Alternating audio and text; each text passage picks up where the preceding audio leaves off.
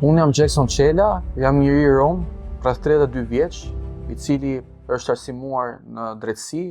gjithashtu ka kryer edhe një master profesional në të drejtë civile dhe një tjetër master në politikat publike në Central European University. Aktualisht punoj në administratën publike, për i të vërtetës jam në periudhë prove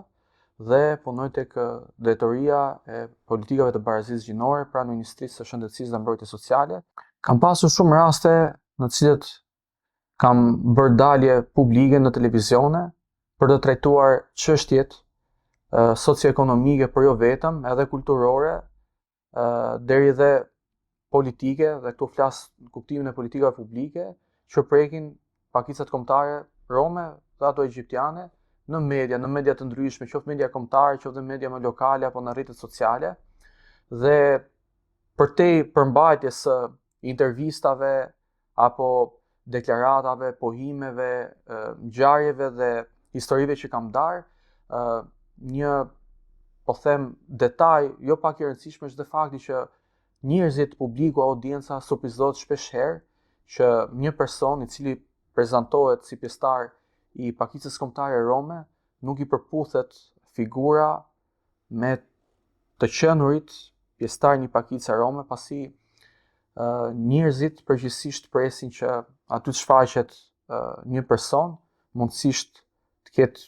pigment të errët lëkure dhe të ketë disa karakteristika fizike sipas këndvështrimit të tyre që i përputhet më shumë imazhit të një të riu apo një të re që i përket pakicës kombëtare rome, dhe habia nuk ka qenë asnjëherë e rrallë. Shpeshherë jam përballur me komente në të cilet njerëzit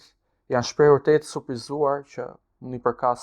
pakicës kombëtare rome, madje kanë qenë dhe ndër ata komentues të cilët përveç habis edhe nuk kanë besuar, madje kanë më të lehtë besojnë që mund të jem një individ nga një martesë mikse, rom dhe jo rom, sepse ndryshe është e çuditshme që ti jesh, po them, 100% rom apo ti përkasësh tërësisht komunitetit rom, pa ju përqasur atyre tipareve që njerëzit kanë në mendje dhe të etiketojnë. Në vijim të mjeteve të advokimit duhet kombinuar me forma nga më të ndryshme të ndikimit shoqëror, dhe këtu nuk e kam fjalën për të influencuar mendime, por në një farë mënyrë për ta paraqitur publikun, audiencën, institucionet përballë alternativave të ndryshme të gdhëndjes së mendimeve apo të stërvitjes së mendimeve dhe qëndrimeve. Dhe unë kam zgjedhur, pra nga moria e aktiviteteve dhe nismave në nivel personal apo profesional apo dhe institucional, dhe flas këtu për angazhimin tim në organizatat e shoqërisë civile, kam menduar që të përdor një mjet advokimi siç është arti dhe letërsia, dhe për këtë arsye kam shkruar, kam përgatitur dhe kam ngritur fonde duke aplikuar në thirrje të caktuar për të publikuar një novel grafike e cila titullohet Dobi me forcë nga stacioni i trenit. Përveç se është mjet interesant advokimi sepse synon që të edukoj audiencën, në të njëjtën kohë bën edhe memorizimin ose fiksimin e ngjarjeve të caktuara që kanë ndodhur në të shkuarën, dhe jo vetëm në Shqipëri, por në disa vende të Europës, lidhur me dëbimet me forcë që shpeshherë kanë ndodhur për shkak të krimeve të urrëties, shpeshherë kanë ndodhur për shkak të ndërhyrjes me investime publike nga ana e institucioneve, dhe në këtë rast ka pasur shumë procedura administrative të cilat nuk janë respektuar, siç është njoftimi në kohë, konsultimi publik, apo edhe marrja e mendimeve dhe njohja e qëndrimeve të popullatës apo të grupeve apo të romëve të cilët janë prekur drejt për drejt nga këto ndërhyrje. Flas konkretisht ndërhyrje përmes investimeve publike, gjë që sigurisht romët nuk kanë qenë kurrë pengesë, por përpara se kjo politikë që i shërben gjithë shoqërisë të marrë jetë të zbatohet, do duhet paraprakisht të bëhet një konsultim publik i hapur, gjithëpërfshirës dhe transparent me grupet të cilat preken. Dhe novela ime grafike përveç saj përpiqet të edukoj publikun lidhur me drejtat dhe lirit themelore të njerëzit dhe për ta lidhur edhe me procedurat administrative, shpeshherë kur merren vendime, qoftë politika publike, qoftë vendime administrative, çfarëdo lloj akti që kanë një ndikim të caktuar në jetën e njerëzve, të duhet sigurisht që të shoqërohet me transparencë, të shoqërohet me komunikim dhe të merren parasysh të drejtat dhe liritë themelore të njerëzit, por jo vetëm të drejtat liritë themelore, por të drejtat sociale, ekonomike, kulturore, civile, politike. Një nga temat më interesante edhe më të prekshme që novela grafike të bëjmë me forcë nga stacioni i trenit prek, është edhe Gjua e urrëties. Pikë së pari, novela grafike hapet me një përshkrim deri diku të detajuar të jetesës së përditshme me gjithë vështirësitë e mundshme që shoqërojnë pjesëtar të komunitetit të Rom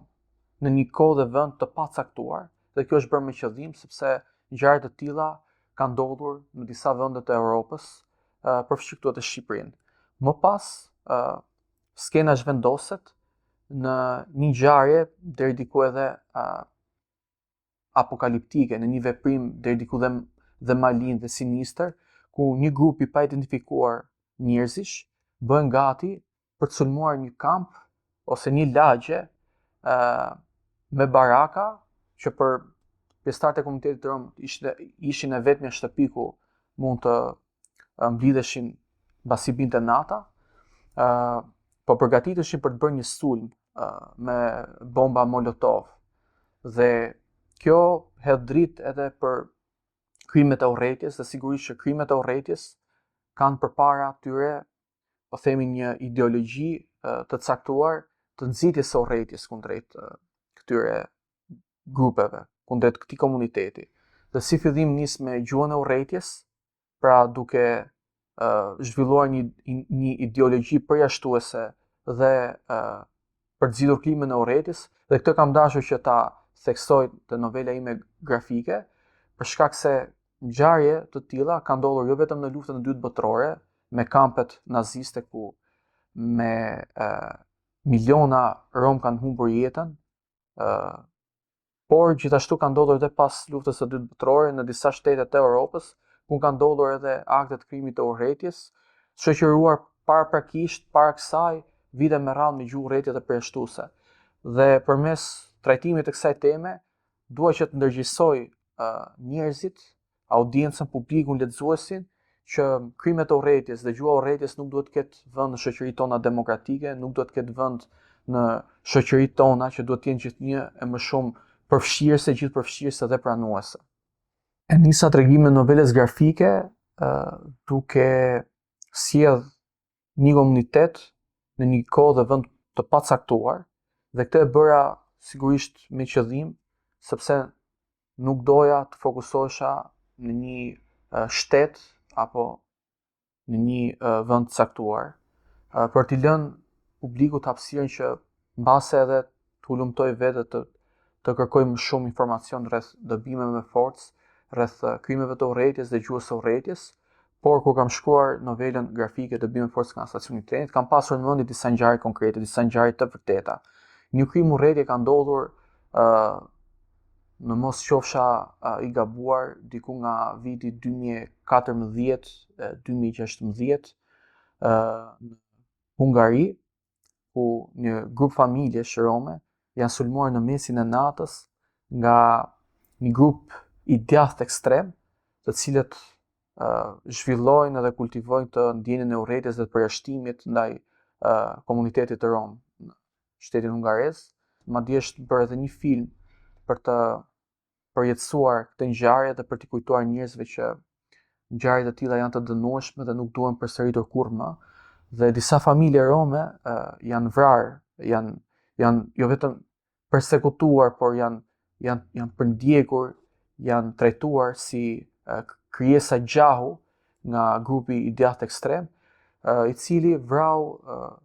disa rom në Hungari. Përveç kësaj, janë frymëzuar edhe nga ngjarjet e 2011-s, ku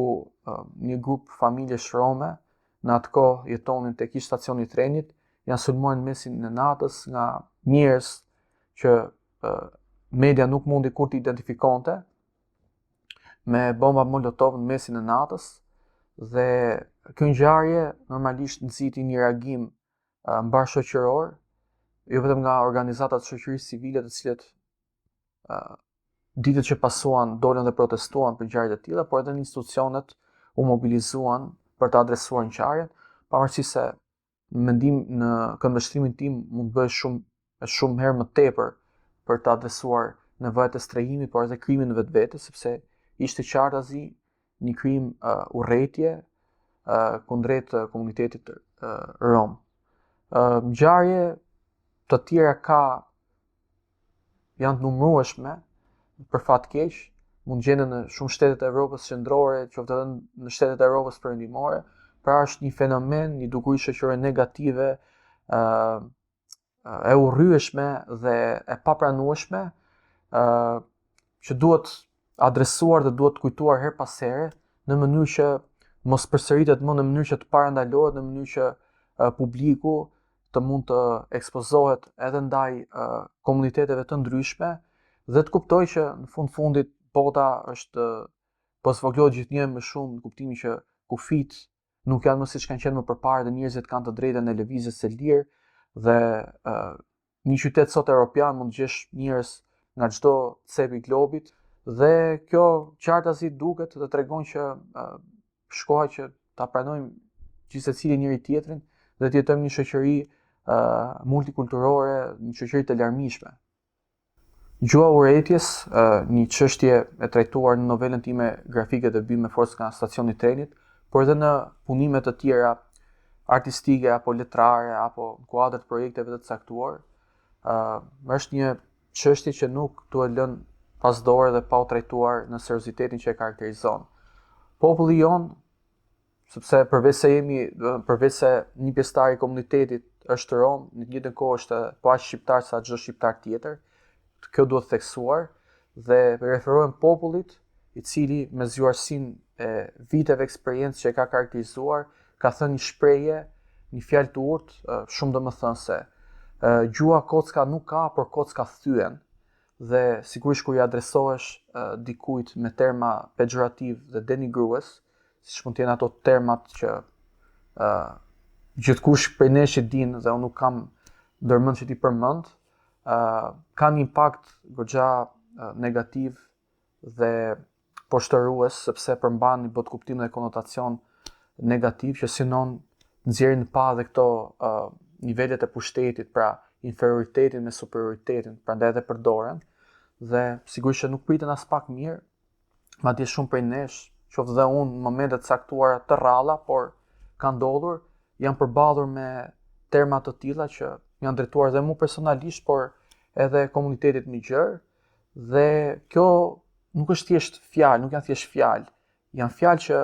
mbartin qëndrime dhe botkuptime dhe të qëndrim që e mban ndaj komunitetit të rom. Dhe termat denigrues kanë atë peshën e përcaktimit të vijës së pushtetit. Pra, në një ka është një grup që është superior, shumica në kaun tjetër është një grup që është më inferior dhe që duhet parë dhe trajtuar si i tillë në këndvështrimin e shumicës. Sigurisht ky nuk është gjithmonë rasti sepse disa shprehje kanë mbetur, disa terma kanë mbetur dhe nga e kaluara, por që impakti jo vetëm që është drejt për drejt e domethënës, por që duhet edhe trajtuar dhe adresuar. Duke qenë ekspozuar ndaj komenteve denigruese apo fjalëve dhe termave pejorative, jam përpjekur që këtë dukuri të mund të adresoj përmes artit dhe letërsisë, në mënyrë që të ndërgjegjësoj njerëz të caktuar, kam fjalën për grupe të caktuar shoqërore, qoftë medien, qoftë edhe shoqërinë civile,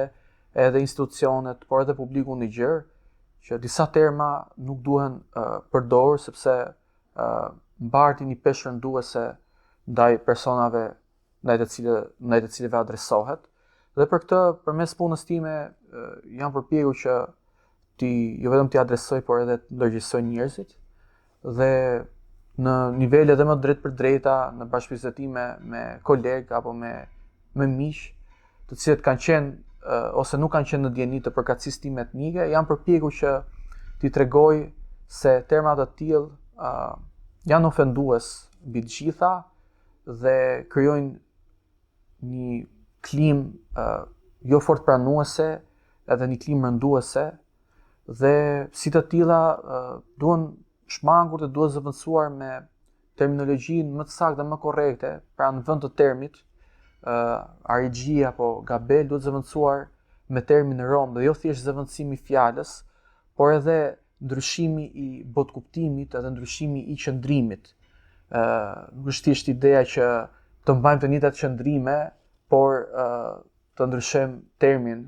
me të cilët i da adresojmë një pjesëtar të komunitetit tonë, por duhet të kuptojmë edhe të reflektojmë mbi të gjitha pse po e përdorim këtë termin dhe pse do të ndryshojmë mendime dhe qëndrim.